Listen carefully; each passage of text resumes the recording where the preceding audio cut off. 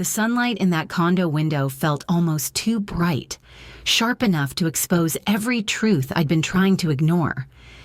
I remember standing there, my hand brushing the cool edge of the countertop, when I heard the tone in my husband's voice shift, low, dismissive, certain I couldn't understand a word he was saying. In that instant, something inside me cracked wide open, as if the floor itself tilted under my feet. If you've ever discovered the truth at the exact moment you least expected it, subscribe and tell me where you're watching from, because moments like this redefine you. I stood frozen, listening, realizing the life I thought I had was nothing but a shadow, someone else cast over me.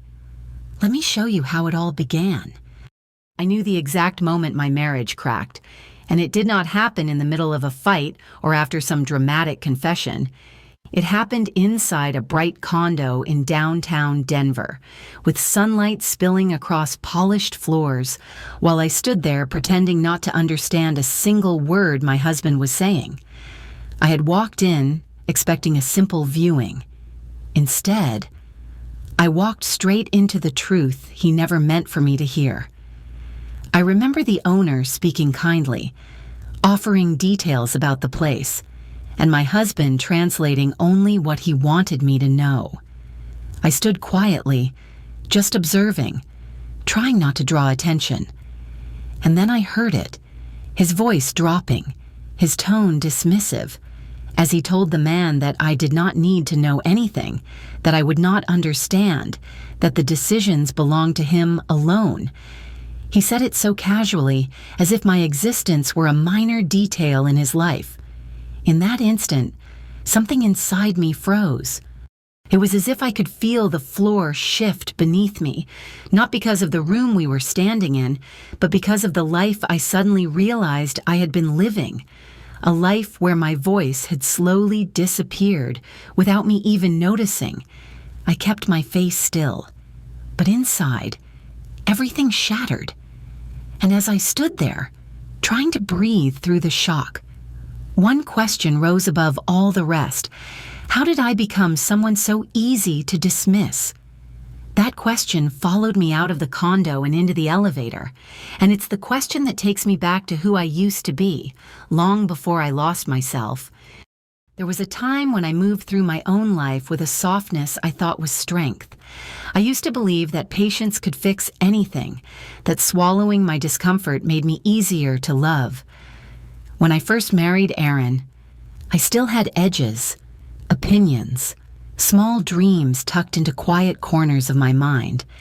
But over the years, those pieces of me began to fade, not because of one single moment, but because of a slow drip of discouragement that I didn't recognize until much later.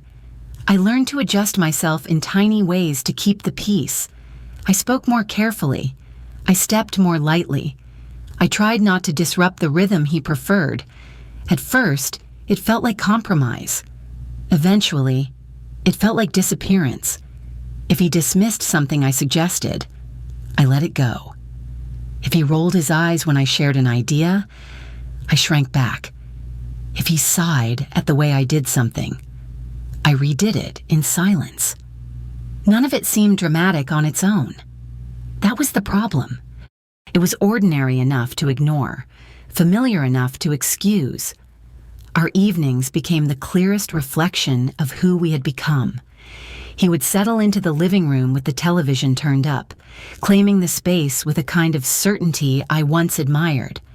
I moved around the edges, cooking, cleaning, managing chores in a quiet orbit around him. The more silent I became, the easier the nights went. And the easier the nights went, the less I recognized myself. I stopped bringing up new hobbies. I stopped making plans that weren't already convenient for him. I stopped imagining a future shaped by my own choices. Looking back, I can see how slowly I let go of myself, how gently I folded away my voice until I could barely hear it anymore. But life has a way of sending small signals when you've drifted too far from who you are. And eventually, a tiny spark found me. unexpected, quiet, and exactly what I needed to remember that I still existed beneath all that silence. It happened on a night that looked like every other night in our home. Aaron was in the living room with the television turned up, settling into the same familiar routine. I was in the bedroom folding laundry, trying to quiet my mind the way I always did. Nothing special, nothing dramatic. Just another evening where I felt myself fading into the background. But as I scrolled through my phone, an advertisement appeared for a free online Spanish course. I almost kept moving. It felt silly to imagine adding something new to my life when I barely had room to breathe, yet something made me stop. Maybe I was tired of feeling small. Maybe I just wanted something that belonged only to me. Whatever the reason, I clicked on it. That tiny decision felt like lighting a match in a dark room. At first, I studied for only 15 minutes a night. I kept the bedroom door almost closed, letting the noise from the living room cover the soft sound of my lessons. It felt strange at first, then thrilling. This quiet act of choosing myself. I whispered new words under my breath, wrote down vocabulary in a small notebook, and felt pieces of my mind stretch in ways I hadn't felt in years. I kept it secret not out of shame, but because I knew exactly how Aaron would react. He would call it unnecessary, pointless, a distraction, and I couldn't bear to let him extinguish the first spark I'd felt in so long. So I protected it. That little pocket of time became my sanctuary, a place where I didn't feel judged or dismissed. I didn't know it then, but this quiet, hidden effort would soon become the one thing that changed everything, especially on the day we stepped into that condo. The condo looked warm and bright the moment we stepped inside, the kind of place where sunlight settled on every surface as if it had been waiting for us. I remember taking in the tall windows and the clean, open layout, trying to imagine what it might feel like to breathe freely in a space like that. But before I could settle into that thought, Aaron stepped forward, claiming the conversation the way he claimed everything else in our life. He spoke with the owner in smooth, confident Spanish, his voice filling the room while I stayed close to the wall, pretending to follow only the English he offered me in small, filtered pieces. I listened quietly as he trimmed down details, softened positives, or twisted explanations in ways that suited whatever story he wanted me to believe. Each time the owner mentioned something thoughtful or appealing, Aaron brushed it aside in his translation, offering me the flattest version possible. I felt a faint tightening in my chest, the kind that comes from knowing something isn't right, but not yet being able to name it.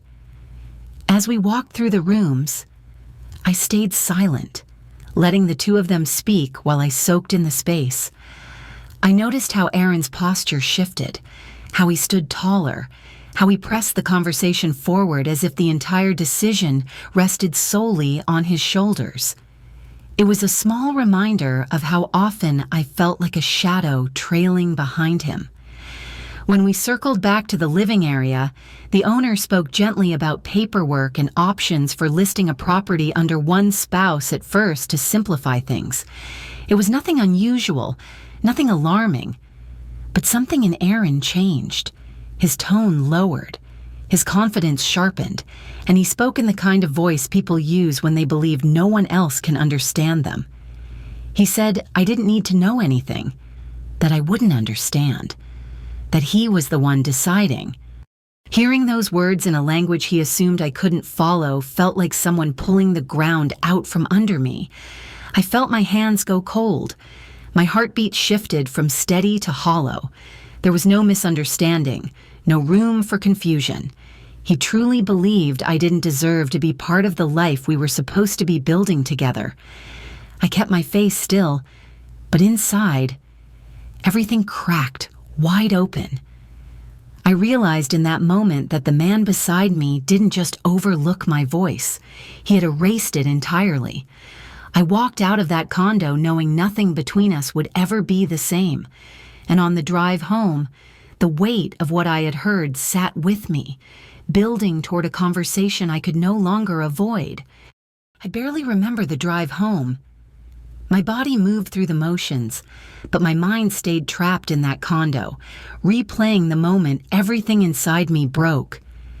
By the time we stepped through our front door, the weight of what I had heard sat so heavily on my chest that staying silent felt impossible. For years I had swallowed my hurt, but that night, something in me refused to keep shrinking. He went straight to the sofa, settling in as if nothing meaningful had happened. The familiar sound of the television filled the room, but for the first time, it felt like noise pushing against my skin. I stood there in the doorway, shaking, knowing that if I didn't speak, then I might never find my voice again. When I told him I had understood every word, I watched shock move across his face. It wasn't guilt. It was disbelief that I had slipped outside the role he expected me to stay in. He rushed to reframe everything, insisting I had imagined the hurt, insisting he was only handling things efficiently, insisting I was being dramatic. Listening to him reshape the truth, I felt something unexpected settle in clarity. His explanations no longer held power. Each excuse only confirmed what I already knew. He paced the room, growing louder, directing blame toward me, as if my understanding were the real offense. And when he saw I was no longer bending, he grabbed his keys and left, claiming he needed air. The door slammed with a sharpness that made the silence afterward feel even heavier. When the echo faded, I finally let myself break. I cried for the time I had lost, for the parts of myself I had buried, for all the quiet moments when I convinced myself things would get better. Yet underneath the grief, a small steadiness began to grow, a quiet courage that surprised me. As I wiped my face and tried to breathe again, I knew I needed guidance from someone who had witnessed the truth without dismissing it. And that thought led me to one name, Miguel. The morning after the confrontation felt strangely still, as if the entire apartment were holding its breath with me. I woke with swollen eyes and a heaviness that seemed to settle into my bones. For a long moment, I just sat at the kitchen table with a cup of coffee cooling between my hands, replaying everything that had happened. The silence in the apartment wasn't peaceful. It was the kind that followed a storm, where debris was left scattered across the landscape of my life. I knew I needed clarity. I needed someone who had seen what I heard, someone who didn't have a reason to twist the truth. That thought kept circling back to Miguel. Still, my hands shook as I picked up my phone. A part of me worried he would think I was overreacting or foolish. Another part feared hearing my own story spoken out loud. But the moment he answered, all that fear softened. There was no judgment in his voice, no hesitation, just steady, genuine concern. As I explained what had happened, he listened in a way I wasn't used to being heard. I could almost feel him absorbing every word, not rushing to fix anything, not trying to correct my feelings, simply holding space for them. What surprised me most was his quiet understanding. He told me he had sensed discomfort the day before, that he had recognized the heaviness in my silence. When he offered to give me time, to be flexible with the condo, to help however he could, something inside me loosened. It was the first time in a long while that someone spoke to me as an equal, not an extension of someone else. When the call ended, I set my phone down and realized the trembling in my hands had stopped. For the first time since the night before, I felt a small thread of stability, a gentle shift from despair to possibility. And with that steadiness came a new thought. Maybe I was capable of rebuilding more than I ever believed. In the days that followed, the apartment felt hollow, as if the walls had absorbed every harsh moment and were now echoing them back to me. We moved around each other like strangers, and instead of chasing clarity from him, I turned inward. I sat at my laptop each night, letting the glow of the screen guide me through questions I had avoided for years. Divorce procedures, property rights, financial steps. I had once believed I didn't need to understand because someone else handled them. The more I read, the steadier I felt. Learning that I was entitled to half of what we had built together didn't feel like winning anything. It felt like finally stepping onto level ground. I made lists, organized documents, and created budgets. With every practical step, my fear loosened its grip, making room for something sturdier. One afternoon, while searching for part-time work, a job posting caught my eye, an accounting position that required Spanish. My heart stuttered. For a moment, I almost clicked away, convinced I wasn't ready. But I forced myself to read the qualifications again, and slowly, a quiet confidence rose. I applied with trembling hands. When the offer email arrived, I stared at it until the words blurred. Someone wanted me, my work, my mind, my skills. My hidden studying had become a doorway I never expected to walk through. Accepting the position felt like stepping into a life I had once imagined only in secret. Each step forward stitched a little more strength into me. I could feel the shape of my future changing, taking on edges I chose myself. And as the days passed, I knew the next move was inevitable.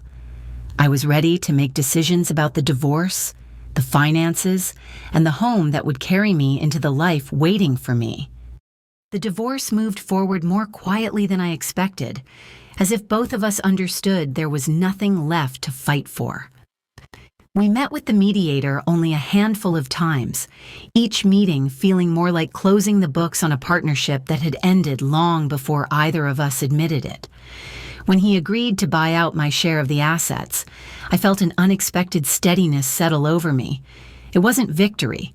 It was air in my lungs again. With that money, I finally had enough to start the mortgage process. I gathered documents, filled out forms, and sat through long calls with the bank. Each step felt surreal, like I was piecing together the framework of a future I had once convinced myself was out of reach. When the approval finally came through, I remember pressing my hand to my chest just to feel my heartbeat, reminding myself this was really happening. Miguel stayed true to every word he had offered. He walked me through each stage of the purchase with patience that never felt condescending. He treated me as someone capable, someone rebuilding, someone worth investing time and respect in. His steadiness became a quiet anchor in a season when everything else was shifting. The day I signed the papers for my new home, I felt the weight of the pen as if it carried every tear, every doubt, every forgotten piece of myself. When the keys slid into my palm, it was like holding a new beginning. Moving in was a slow, deliberate act of choosing myself. Each piece of furniture, each small detail reflected my tastes, my comfort, my freedom. Standing in the doorway that first night, surrounded by bare walls and possibility, I realized I had reclaimed my life. And with that realization came space for something new to enter next. Enrolling in the evening certification course felt like stepping into a room filled with fresh air. I didn't sign up to impress anyone or escape anything. I did it because I wanted to grow, to stretch the new version of myself I was learning to trust. The classroom felt warm and unhurried, and for the first time in a long time, I walked into something without bracing myself. That's where I met Evan Pierce. He carried himself with an easy steadiness, the kind that didn't take up space but made space. I noticed it right away. When we ended up sitting near each other session after session, our small exchanges never felt heavy or loaded. They were simple, thoughtful moments, sharing study tips, comparing notes, laughing softly over long assignments. Nothing dramatic, just genuine connection. What struck me most was how safe I felt. There was no edge of control, no quiet tension beneath the surface. He listened more than he spoke, and I found myself opening up in ways that surprised me. Not because he rescued me, but because I had grown enough to recognize what respectful energy feels like. As the course went on, I realized I wasn't just building new skills. I was becoming someone new. And that realization led me toward a deeper reflection I was finally ready to share. When I look back on everything I walked through, I'm still amazed at how quietly a life can break and how slowly it can rebuild. I went from shrinking myself to fit someone else's comfort to finally choosing a life that reflects who I am. The biggest lesson I carry now is that starting over isn't a failure. It's an act of self-respect. It's a way of saying my voice matters, my growth matters, and my peace matters. If you're listening to this and you feel stuck or unseen, please hear me, you're not alone, and you're not without options. Change doesn't always come in a dramatic moment. Sometimes it begins with a single quiet choice that leads you back to yourself. Thank you for spending this time with me. If any part of my story touched you, let me know in the comments. I read every one. And if you can, please like and share this video so others can find it too.